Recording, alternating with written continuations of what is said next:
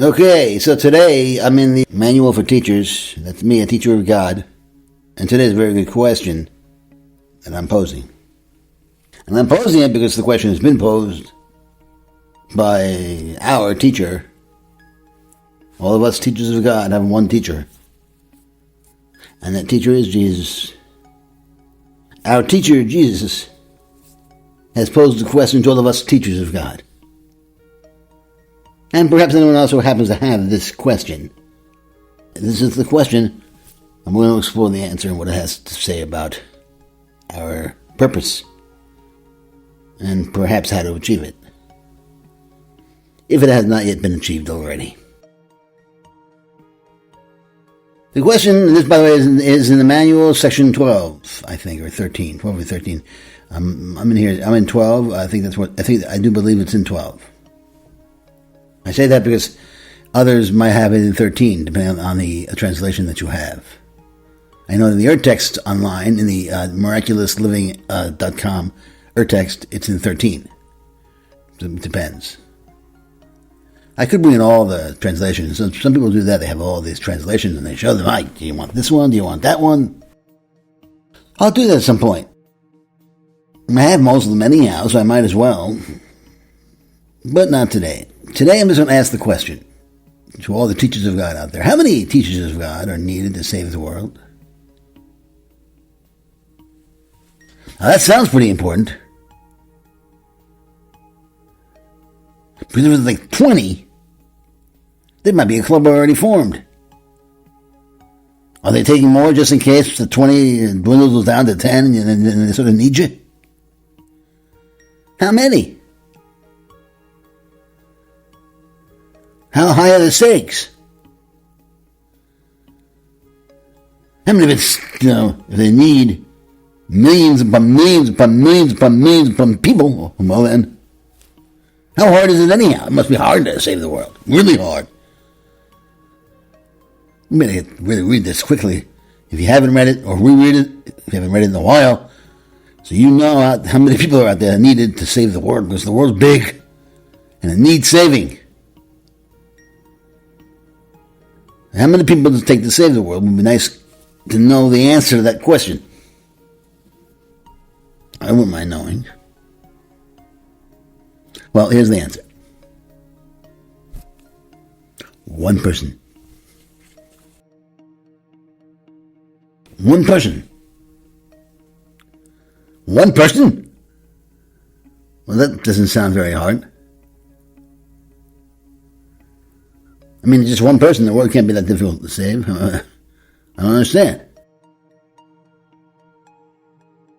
And either that or it doesn't sound very fair to the one person. It's either unfair to the one person or not a very difficult job for the one person to accomplish. One of the two. Either way, it's kind of strange. Wouldn't you say? Let's just see, maybe it starts to explore the person. We get a little insight into what the person is like. Who is this person? In other words, what are the qualifications for this person? He can't just be anybody, right? He can't walk in and get the job of savior of the world, can you? Let's read on. The answer to this question is one. You. It's me. As a holy, perfect teacher whose learning is complete. Not me now. When you are this one that is sanctified and redeemed, you will be the self that is one with God. You will be the Christ. Well, I seem to have a long way to go, no doubt. I mean, don't I? I'm not now a holy, perfect teacher whose learning is complete. I am not this one who is sanctified and redeemed. I'm surely not the self that is one with God. I'm not the Christ. I'm not the universal self. I'm not the universal Son of God.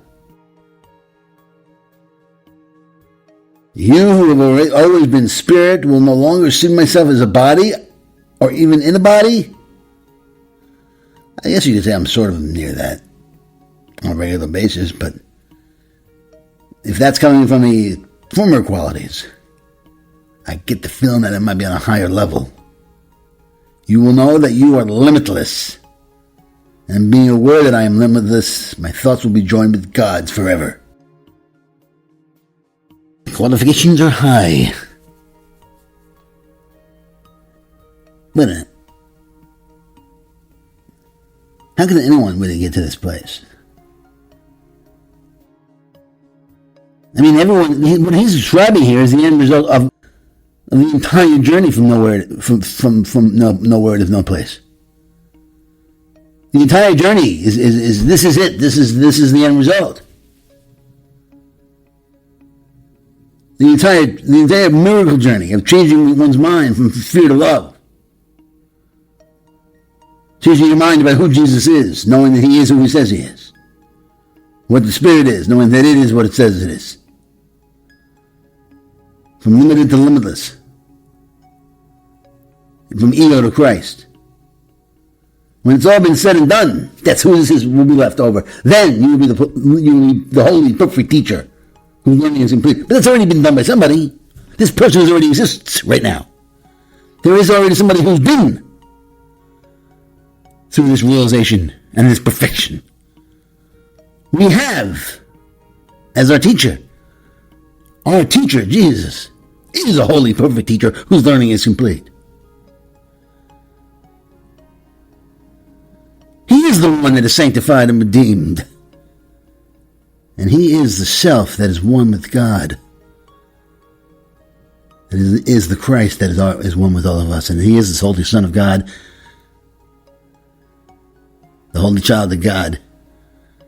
That is the holy child of God that we are. Which means, now get this. Which means that he is the one that has already saved the world. And in his perfection we have been saved, which means we are already as he is. We need do nothing. Sound familiar, that law? That's what it means. We don't have to do anything. This journey from nowhere to nothing is easy. Because you are, and I am perfect. I'm a holy, perfect teacher of God. I have been redeemed and sanctified. And I am one with Christ. And I am the Christ that's inside of you. And you are the Christ inside of me. And if you're listening to this, I'm in your dream, right now, offering you this perspective. So change your mind about the Christ within. Receive the love of God. Receive the miracle. And take it easy. Lay back. Relax. It's all been done for you. That's what it means that Jesus died for you. He died so you need to do nothing. But take it moment by moment, day by day. You don't have to look to the left or to the right. You can just look up and down. Up for a thank you. And then down to live in the moment, in the present. Not sandwiched between the past and the future, like a vice being squeezed together. In your perception that you're in a world, you have an illusion of many teachers. Because in separation, the reality of oneness cannot be manifested. The reality of oneness is the reality of the Christ within, and the Christ is personified by Jesus. By that name, by the symbol of love, Jesus Christ. Why? Because he was the man who did this first. We became a one. Again, it means you're saved. It means you've been rescued. It means your spirit is already, this is all done already. You are somewhere in a cosmic bed, safe and sound. In the arms of God, being held and hugged. And not only that, down deep, you know this. This is You know that this is all giant, at this point at least, from our angle, from the lowest level of the dream in the Inception movie. You know, the longest amount of dream time, the 10-year mark from way below. That we're in hell.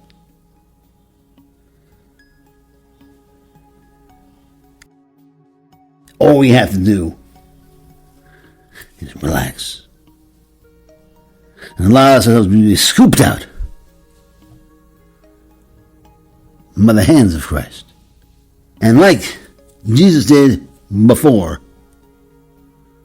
whatever before truly means, because he's, in a sense, doing that now. Since you only need one being to save the world, that one being is doing it in every generation, in every story, in every generation. Yours, mine, your neighbor's.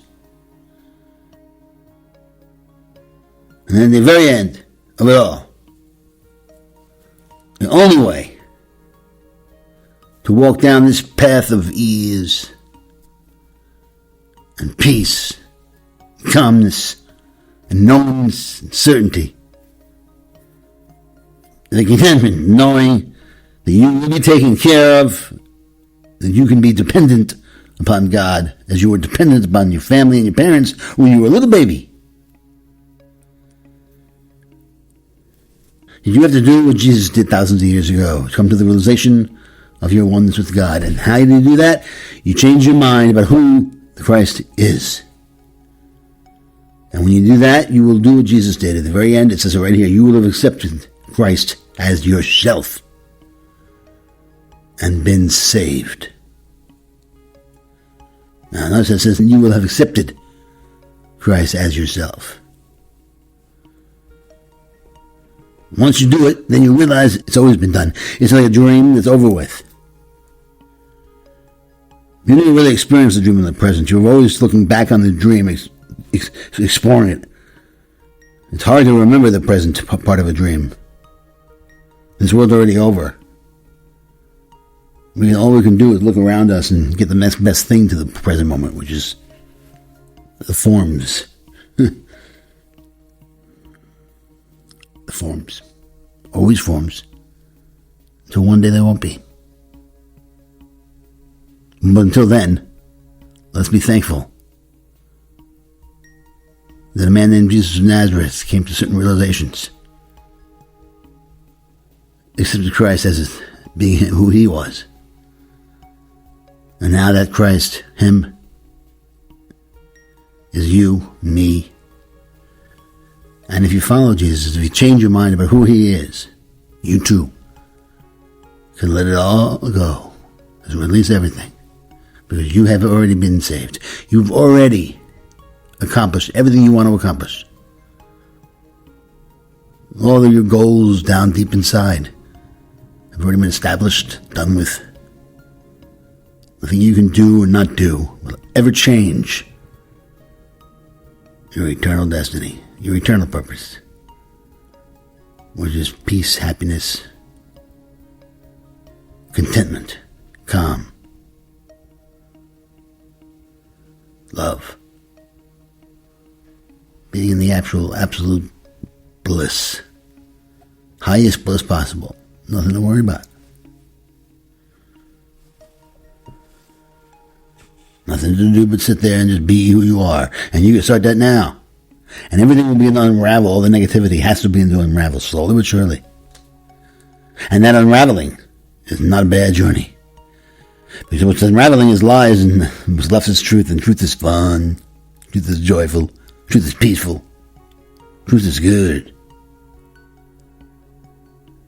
And we're all drawn to that truth. You can't avoid truth forever. Eventually, it's a required course, truth. Eventually, you're going to have to take that course, so take it now. Come in the easy way, not the hard way. God bless everyone. I love you. I love every single one of you. Take that love. Take it. And then give it away. Peace. Take a break from all the plans that you have made and sit at home alone and wait for God to whisper. Beg him please to open up his mouth and speak, and pray for real upon your knees until they blister.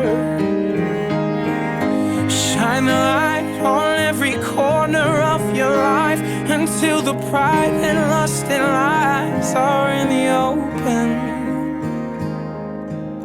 Then read the word and put to test the things you've heard until your heart and soul are stirred and rocked and broken. 'Cause you can sing all you want to, yes you can. Sing